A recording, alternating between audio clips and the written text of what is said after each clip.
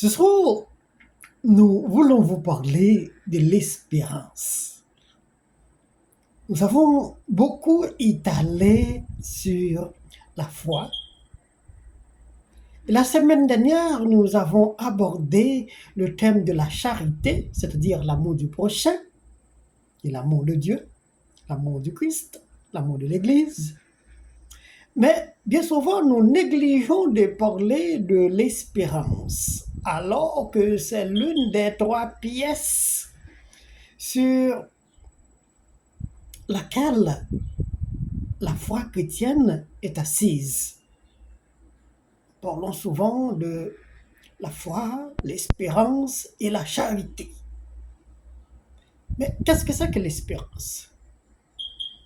Avoir de l'espérance, faire confiance en l'avenir. C'est une force intérieure qui nous aide à faire face aux difficultés.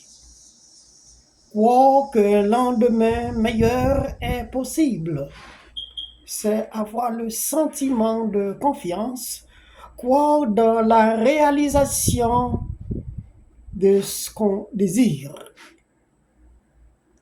Ça, c'est la définition pour le dictionnaire, pour le monde. Mais la définition biblique, c'est une attente, c'est l'assurance, c'est la certitude de la réalité invisible, réalisation de la promesse de Dieu. Voilà pourquoi il s'ajoute toujours avec la foi, l'espérance, la charité. C'est le souhait, mais attention, c'est le souhait de la vie chrétienne, ce n'est pas le souhait humain. Le souhait humain s'appelle espoir. Mais le souhait de la vie chrétienne, l'espoir de la vie chrétienne s'appelle espérance. Certaines fois, vous pouvez voir l'espérance en majuscule. S'il est en majuscule, ça ne prend pas un E accent aigu après P. Mais s'il ne prend pas majuscule, ça prend un accent aigu après P. Qu'est-ce que c'est? La confiance en Dieu s'appelle espérance. Croire de la fidélité de Dieu et de la résurrection de Jésus-Christ. C'est une fondation divine. On croit dans les forces, on croit dans la vertu. Avant Jésus-Christ, on ne parlait pas de l'espérance, puisqu'on n'avait pas à espérer. Bien qu'il y avait la confiance, il y avait la confidence, mais on ne parlait pas de l'espérance. Mais avec Jésus-Christ, on commence à parler de l'espérance, on croit en Jésus, on croit en Dieu, et particulièrement, on croit de la résurrection. Cependant, l'espérance était toujours là, même s'il ne prenait pas le nom. C'est comme dit l'auteur du livre de la sagesse était là quand Dieu posait la fondation du monde. La sagesse est personnifiée. De même, l'espérance est personnifiée en Jésus-Christ. Avoir de l'espérance. Mais comme nous disons que l'espérance n'a pas été là, même si il y avait le sentiment et la confidence et la confiance, eh bien l'espérance ne sera plus là aussi quand nous serons là où nous devrons être. Quand on espère en quelque chose, on espère dans l'avenir, on espère dans un lendemain meilleur. Mais quand on serait auprès de Dieu, dans la demeure de Dieu, nous n'aurons plus à espérer. Sauf que nous aurons à toujours aimer, avoir de la charité pour ceux qui vivent avec nous, pour ceux qui vivent autour de nous. Et comme dit Saint Paul, la charité demeure toujours et demeure encore, tandis que l'espérance sera diminuée. Mais tant qu'on est ici, on a à espérer. On espère en Dieu, on espère en Jésus-Christ. Et on espère dans l'avenir, nous avons un désir que quelque chose réaliserait pour nous. Et tant qu'on est là, on espère. Dum spero. Tant que je respire, j'espère. Voilà, c'est la devise. En latin, il n'y a pas quelqu'un qui n'a pas espérance. Celui qui célèbre ses années avancées espère encore que le lendemain sera meilleur. Et si vous rencontrez un jeune, il vous dit, mais vous avez déjà vécu beaucoup. Qu'est-ce que vous avez à espérer? Mais non. L'espérance n'est pas en quelque chose. Of course, c'est une attente. Mais ce n'est pas une chose qu'on espère. C'est en Jésus-Christ. C'est en Dieu. C'est dans un lendemain meilleur de ce que nous voyons. Espérer que la paix viendra. Espérer que les pays reprendront confiance. Qu'on serait à la mesure de retourner dans ce que nous appelons d'antan dans les pays. Et quel que soit le pays où tu viens, ou quel que soit l'endroit, quand vous avez grandi, vous avez vu quelque chose, on espère à une amélioration. Malheureusement, comme dit le prophète, c'est de l'épouvante. Ce n'est pas du remède. Et c'est un peu partout, ce n'est pas chez vous ou chez lui. C'est un peu partout qu'il y a de l'épouvante. Parce que ce que tout le monde espère, il y a d'autres qui l'ont détruit avec des systèmes,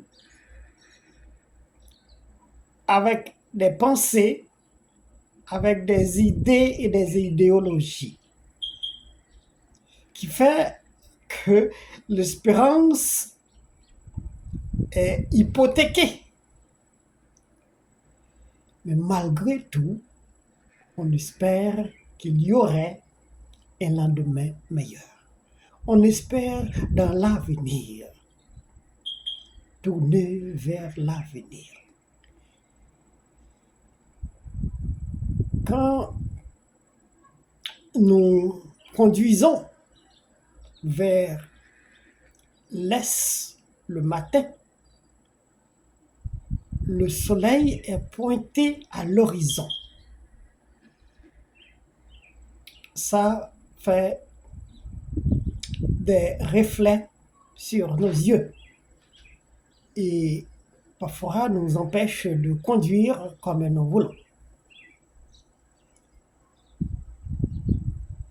Alors c'est de même dans l'après-midi. Quand nous conduisons vers l'ouest, nous voyons encore le soleil qui reflète nos yeux, qui nous barre pour conduire comme nous voulons.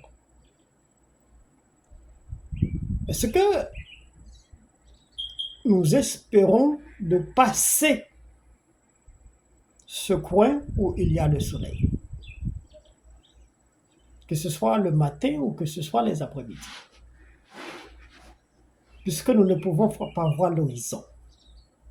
Et chacun a un horizon sur lequel on devait fixer. Le chrétien, son horizon, c'est le Christ. Noël, notre horizon était fixé sur Bethléem. À Pâques, notre horizon était fixé sur la croix, tourné vers le tombeau. Mais le dimanche Pâques est venu ressurgir cet horizon et nous redonne l'espoir. Et c'est cet espoir que nous tournons à l'espérance. Et en tant que chrétiens, c'est ce qui nous fait grandir. Mais c'est ce qui nous fait miser notre vie sur le Christ, sur Dieu et sur tout ce qu'on peut espérer. Voilà le fondement de l'espérance. Croire dans un lendemain meilleur et croire que quelque chose viendra pour éclairer notre horizon.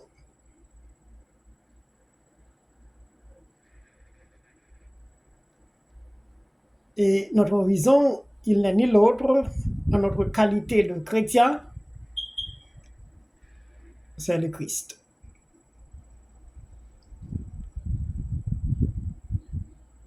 Nous avons vu que le Christ disait qu'il n'y a pas plusieurs dieux et il n'y a pas un autre Dieu. C'est lui le Dieu. Croyez en Dieu, croyez aussi en moi. Mais si vous ne voulez pas croire, croyez surtout dans mes œuvres. L'œuvre du Christ, voilà notre espérance. Ce que le Christ a posé comme jalon, c'est ça notre espérance. Et c'est ce qui nous fait grandir. Et nous espérons que le Christ nous conduise dans la demeure du Père. Ce que la Sainte Thérèse d'Avila appelle septième demeure. C'est-à-dire l'espace là où il n'y a pas de limite. Donc, Dieu est placé dans l'espace parce qu'il n'y a pas de limite. Après les 7 couches atmosphériques que nous appelons normalement la demeure,